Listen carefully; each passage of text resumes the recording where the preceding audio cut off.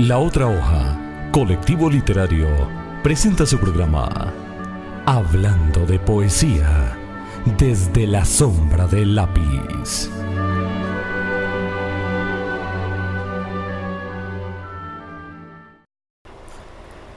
A segunda hora saludamos a nuestros oyentes de expresionestereo.com, la radio que te acompaña.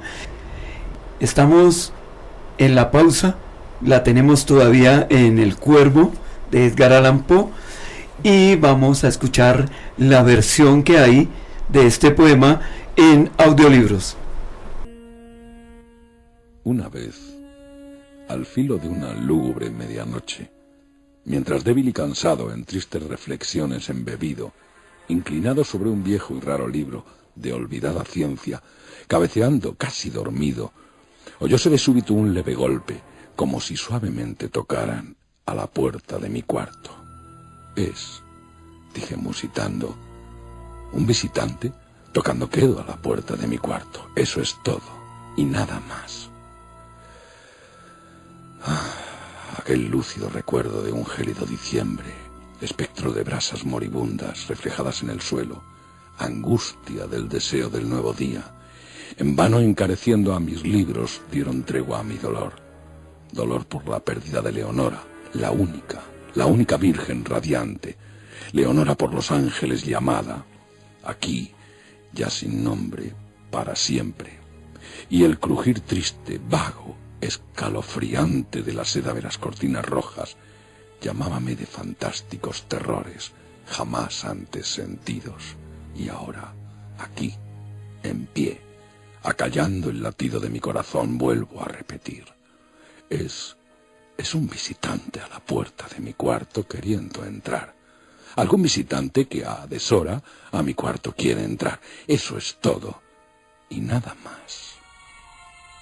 Ahora, mi ánimo cobraba bríos, y ya sin titubeos, «Señor», dije, «o señora, en verdad vuestro perdón imploro.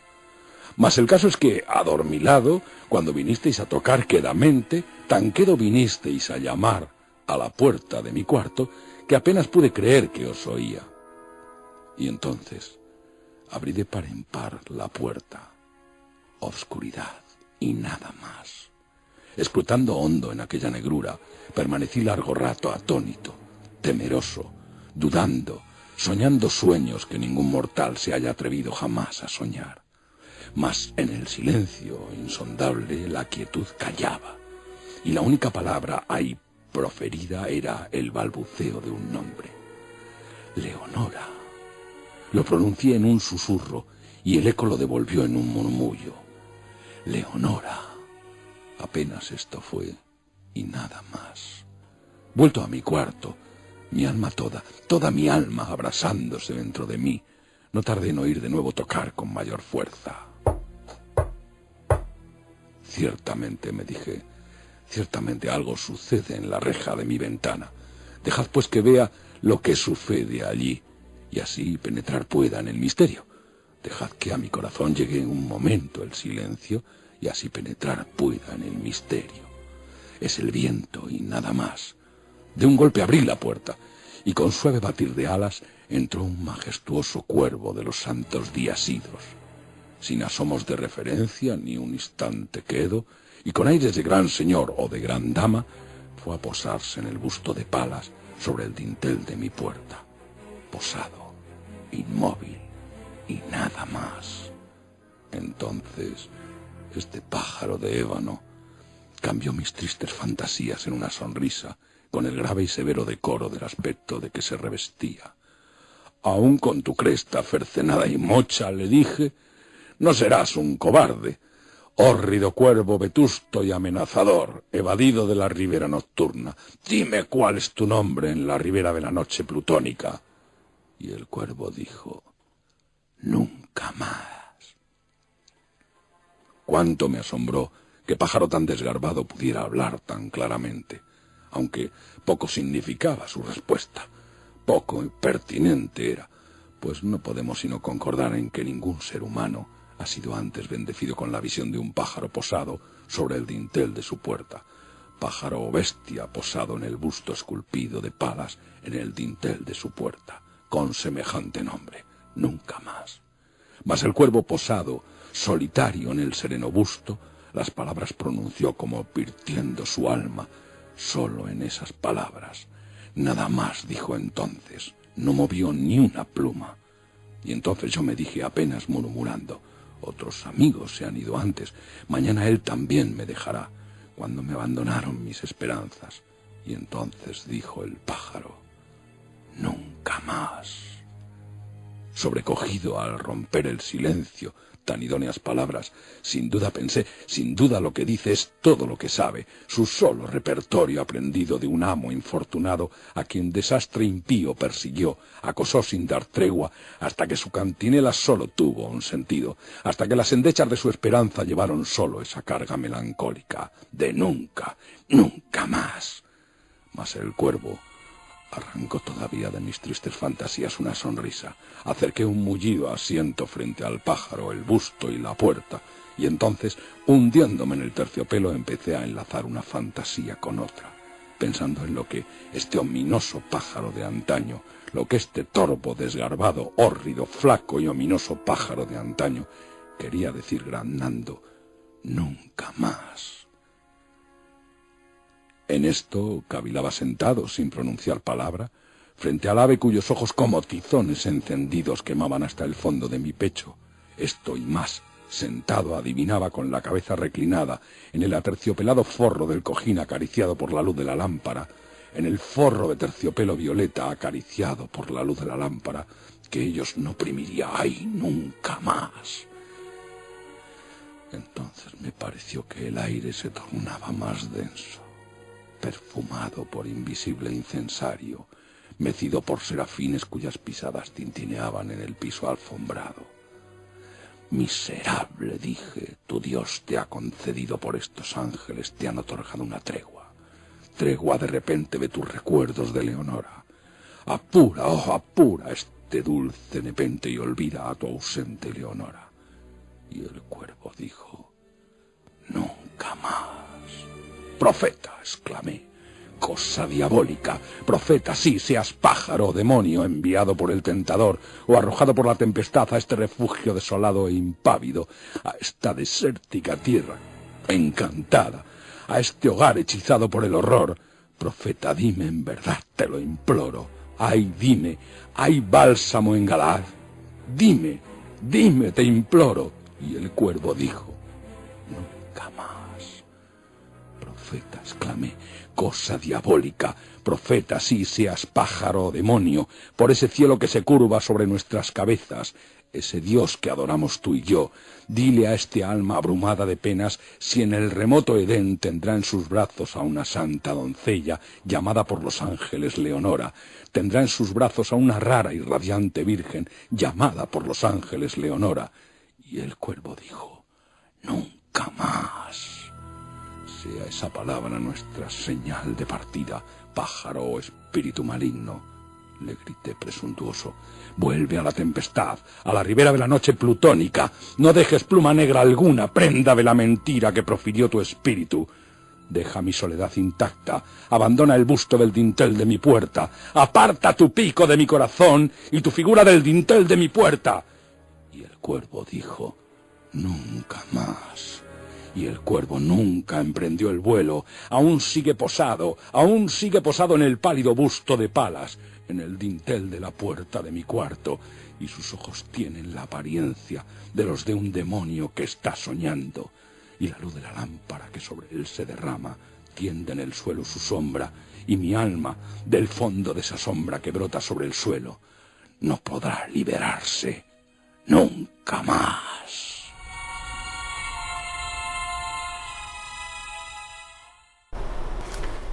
Este poema El Cuervo nos dice Silverman y Cornelius Kay. Poe escribió el poema como una narrativa, sin crear intencionalmente una alegoría o caer en lo didáctico. El tema central del poema es la devoción sin fin. El narrador experimenta un perverso conflicto entre el deseo de recordar y el deseo de olvidar.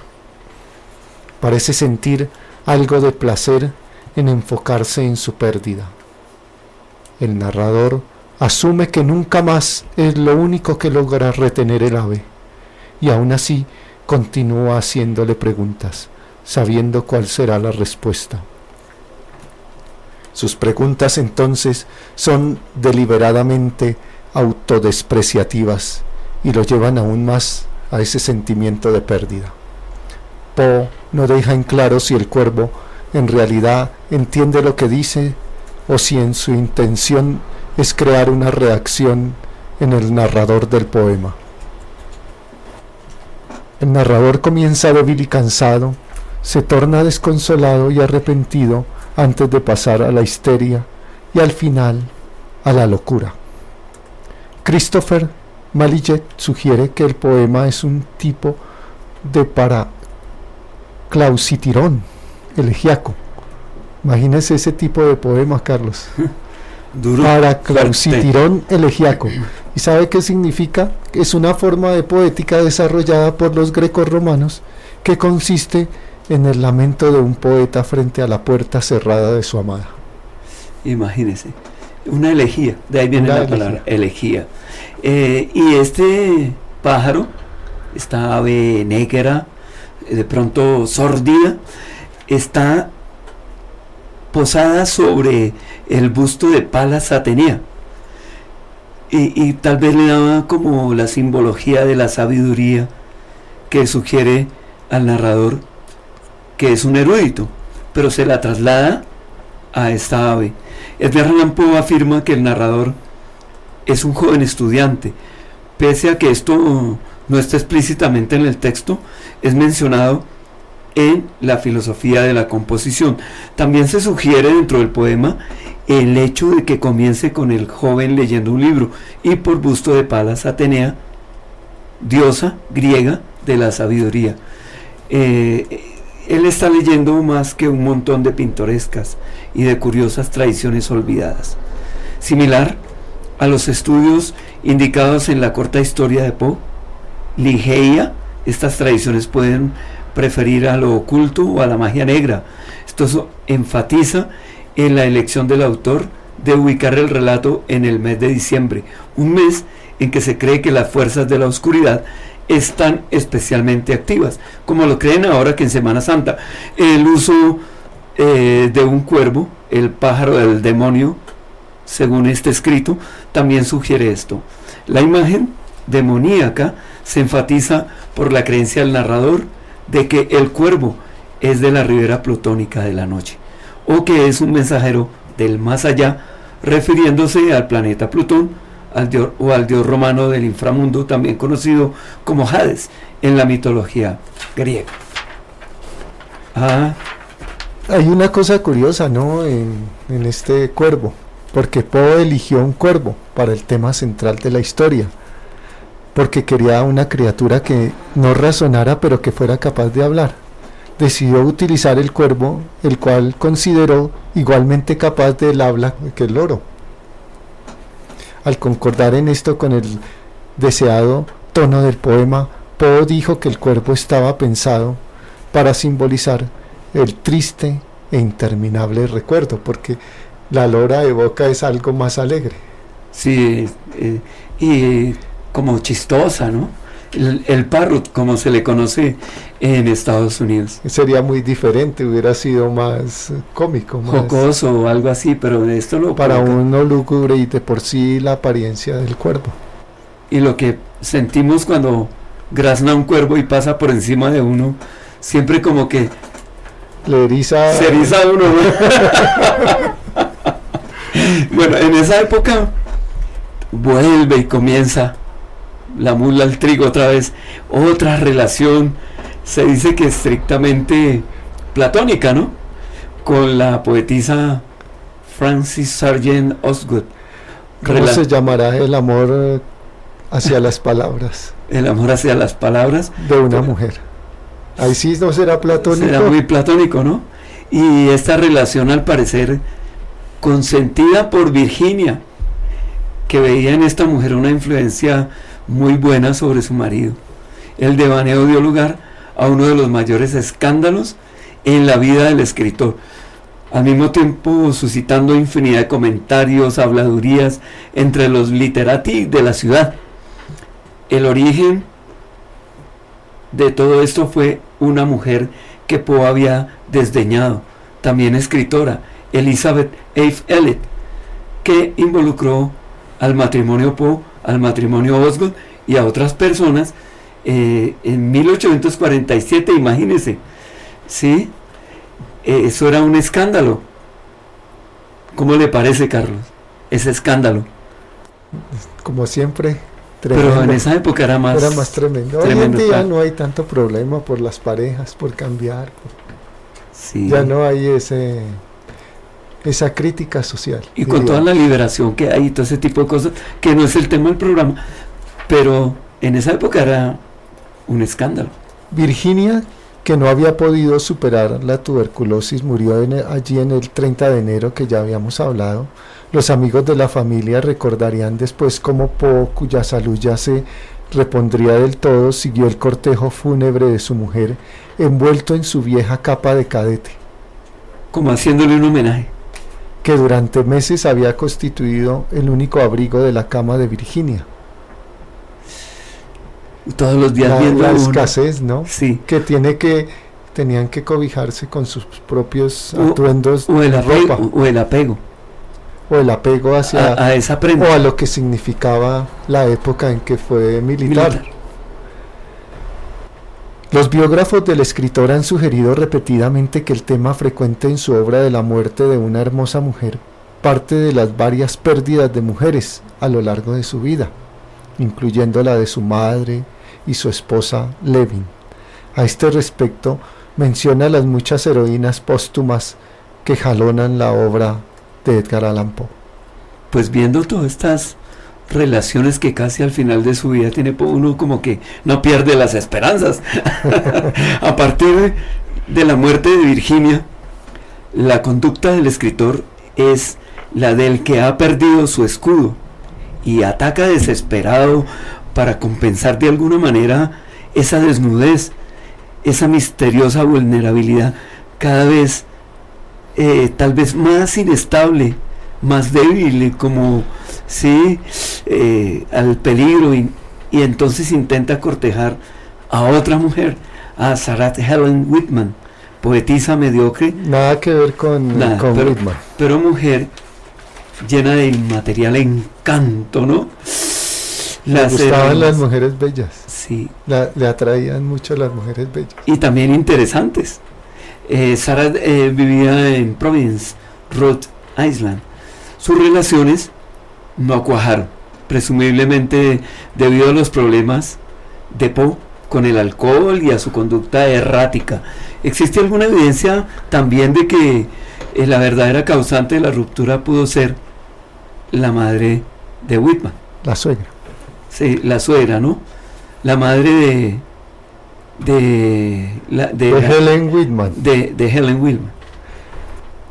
Pese a la desesperación y el desvarío, en ese tiempo surge de su pluma otra obra muy relevante, el poema Ulalume y el alucinado ensayo cosmogónico Eureka, 10º y último libro publicado por el autor en noviembre de 1848.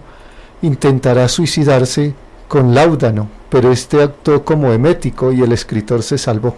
Es decir, actuó como un vomitivo, ¿no? Sí, claro, lo limpió, lo purificó. Y Eureka, la palabra que dijo el inventor. El inventor cuando encontró y dijo Eureka, ¿no? Lo encontré el peso específico.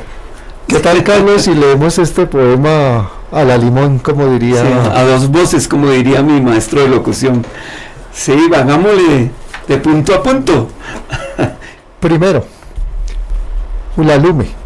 Los cielos cenicientos y sombríos, crespas las hojas, lívidas y mustias, y era una noche de doliente octubre del tiempo inmemorial entre las brumas.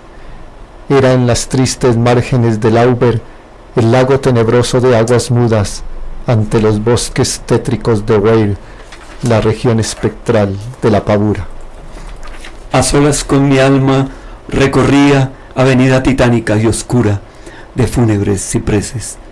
Con mi alma, con psiquis, alma que al misterio turba, era la edad del corazón volcánico, como las llamas del Yanek, sulfúreas, como las lavas del Yanek que brotan allá del polo en la región nocturna. Pocas palabras nos dijimos, era como una confidencia íntima y muda, palabras serias, pensamientos graves que la memoria para siempre turban. No recordamos que era el triste octubre, que era la noche, noche infausta y única. No recordamos la región del Auber que tanto conoció mi desventura, ni el bosque fantasmático de Weir, la región espectral de la pavura. Y cuando la noche ya avanza de estrellas al vago tremer, al fin de la oscura avenida un lánguido rayo se ve, fulgor diamantino que anuncia de fúnebre velo al través, que emerge de nube fantástica la luna blanca, Astarte. Y yo dije a mi alma, más que diana ardiente aquella misteriosa luna, rueda al través de un éter de suspiros, lágrimas de su faz una por una, caen donde el gusano nunca muere, para mostrarnos la celeste ruta, y el alma imperio de la paz letea, atrás dejo al león en las alturas, del león las estrellas traspasando, del león a despecho, ora nos busca, y sus miradas límpidas y dulces son las miradas que el amor anuncian. Mas Psiquis dijo señalando al cielo, la palidez de ese astro me conturba, pronto huyamos de aquí, pronto es preciso, y de sus alas recogió las plumas con intenso terror y sollozando, presa de pronto de invencible angustia plegó las alas hasta el polvo frío, lentas dejando descender las plumas. Y yo le dije, tu terror es vano, sigamos esa luz trémula y pura, que nos vayan sus rayos cristalinos, sus rayos civilinos, que ya auguran e irradian la belleza y la esperanza. Mira la senda de los cielos busca, sigamos sin temor sus limpios rayos, que ellos a playa llevarán segura. Sigamos esa luz limpia y tranquila a través de la bóveda cerúlea. Tranquilicé mi psiquis y besándola de su mente aparté las inquietudes y sus zozobras disipé profundas y convencerla que siguiera pude. Llegamos hasta el fin, ojalá nunca llegara al fin de la avenida lúgubre. Nos detuvo la puerta de una tumba, oh triste noche del lejano octubre. Nos detuvo la losa de una tumba, del legendario monumento fúnebre. Oh hermanas, dije, qué inscripción confusa en la sellada losa se descubre. Respondióme, Ulalum, esta es la tumba de tu pálida Ulalum. Quedó mi corazón como ese cielo ceniciento, como esas hojas mustias, como esas hojas yertas y crispadas. Ay, pensé, el mismo octubre fue sin duda, fue en esa misma noche cuando vine, al través del horror y de la bruma, aquí trayendo mi doliente carga. Oh noche infausta, infausta cual ninguna. Oh, qué infernal espíritu me trajo a esta región fatal de la tristura. Bien conozco el mudo lago de Auber y esa comarca que el horror anubla, y el bosque fantasmático de Weir, la región espectral de la pavura. Y siempre cuando llegamos a la altura de estos homenajes que hacemos a los poetas, llegamos casi siempre a un final triste. No tanto por la muerte o lo que sea, sino por las circunstancias que rodean esa muerte y a esos personajes que han sido tan pródigos en la literatura y tan abandonados por la misma sociedad y abandonados por los estados y por los amigos, inclusive por la familia. Entonces, pues toca decir la verdad siempre, ¿no, Carlos? Con relación a estos finales. Su postrer reencuentro en Richmond con su antiguo amor de juventud, Sarat Elmira Royster, lo animó una vez más a contraer matrimonio, como que le inyectó fuerza y la novia le colocó una condición. Le dijo abandone esos malos hábitos que trae después de encontrar una novia que había sido de la infancia ya en la adultez, ¿no? Sí, y que probablemente podría haber sido para su final una buena pareja. Y ella parece que lo amaba porque le dijo: yo me caso con usted, pero la condición es que deje esos hábitos que trae del alcoholismo y los vicios que tiene, de trasnochar tanto.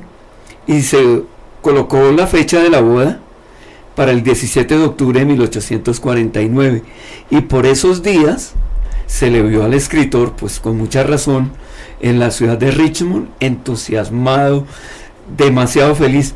Pero en ese momento cuando se pierde el rastro del poeta, hasta su última aparición en Baltimore, el 3 de octubre de 1849, cuando es hallado en las calles de Baltimore en un estado deplorable, delirante. Estaba angustiado y necesitado de ayuda inmediata. Fue trasladado por un viejo amigo de nombre James Snodgrass al Washington College Hospital, donde muere el domingo 7 de octubre a las 5 de la madrugada. En ningún momento, cuando él pudo medio hablar, fue capaz de explicar cómo era que había llegado a esta situación, ni por qué motivo tenía ropas que no le pertenecían. Entonces la leyenda recogida por Cortázar y otros autores cuenta que en sus últimos momentos invocaba a una tal Reynolds, y lo hacía con obsesión, como la canción de nuestro amigo, ¿no? Y gritaba y llamaba a esta persona. Y la frase clave que dijo en ese momento fue: que Dios ayude a mi pobre alma. Y ahí parece que expiró. Tanto los informes médicos como el certificado de defunción se perdieron. Los periódicos de la época informaron de que la muerte de Poe se debió a congestión o inflamación cerebral, el eufemismo que solía utilizarse para los fallecimientos por motivos más o menos vergonzantes como el alcoholismo. Dentro de la obra epistolar de Poe, intensa durante toda su vida, es de lectura sobrecogedora la que se refiere a sus últimos meses de vida. En esas cartas se advierte cómo alternaba el escritor los excesos de lucidez y de brusco entusiasmo con otros de la más negra desesperación.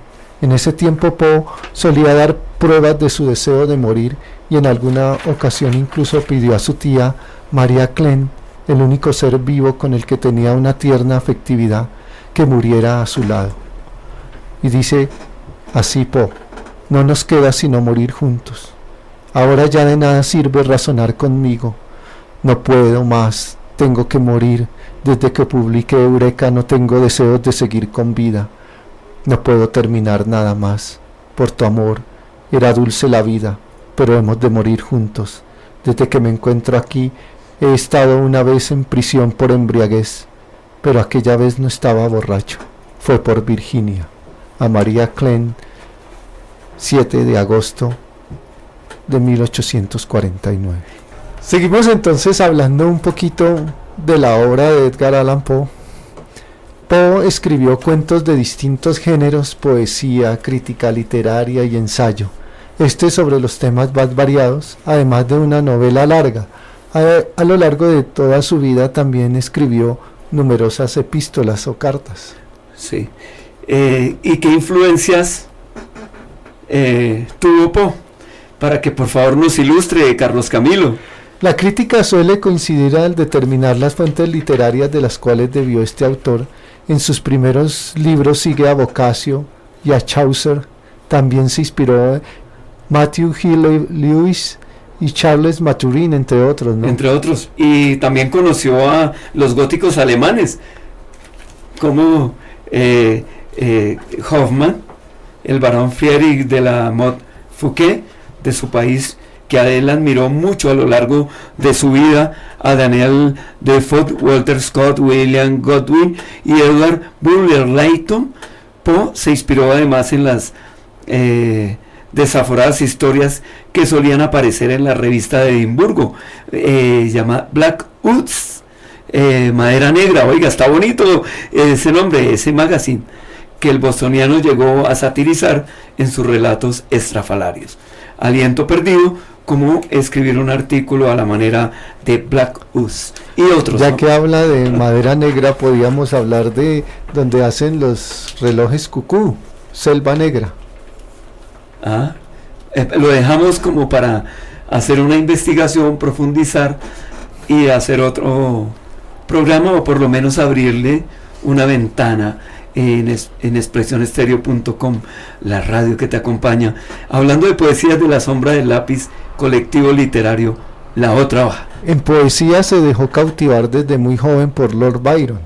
Dentro de ese género apreció bastante la poesía nocturna francesa y germánica, así como a todos los románticos ingleses, Shelley, Keats, Wordsworth, al que sin embargo criticó por su didactismo, y Coleridge. También valoró grandemente a Tennyson. Poe asimismo conocía bien el trabajo de los más importantes científicos de la época, Laplace, Newton, Kepler, etcétera, ¿no? Pero el autor que probablemente parece más veces citado en su obra es el filósofo inglés Joseph Glanville. Sí, y ahí hay mucha tela que cortar, porque es que Newton tiene una anécdota cuando, por ser científico, y lo mismo Kepler, que era el que manejaba el primer telescopio y vio las manchas de la luna por primera vez. Uno pudiera tener ese acceso, también podría escribir cosas muy interesantes. Ahora vamos a hablar de cuentos, ¿no? Julio Cortázar ordena sus relatos de acuerdo con el interés de sus temas. Los mejores cuentos y los que tienen más imaginación, que son intensos, los selecciona, y los peores, aquellos donde la habilidad no alcanza a imponer un tema de por sí pobre o ajeno a la cuerda de este autor. Al traducirlos, los agrupó como cuentos de terror, sobrenaturales, metafísicos, analíticos, de anticipación o de retrospección, de paisajes grotescos y satíricos, y destaca Cortázar lo expresado por Poe en una carta.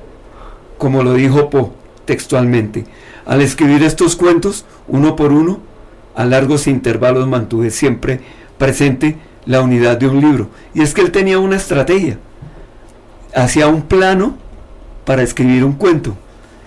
Lo quiero de tantos capítulos, quiero escribir esto al comienzo, esto en la segunda parte, en la mitad y al final. Se lo proponía hasta que lo sacaba. Los cuentos de terror o macabros o cuentos góticos constituyen su obra más conocida y propiamente genuina, heredero directo de dicha corriente según el estudioso Benjamin Fisher. Poe pretende sin embargo no tanto helar la sangre del lector, expresión inglesa de la época, ¿no? Helar la sangre, como compatibilizar lo gótico con la plausibilidad psicológica, logrando elevar el género a la categoría de gran arte. Buscaba era llegar a lo psicológico del ser humano cuando leyera los libros, los cuentos. Lo que hace el teatro psicológico, tocar el fondo y la problemática del ser. Tocar los sentimientos, el dolor, la muerte. Ir al fondo. Complejo, ¿no?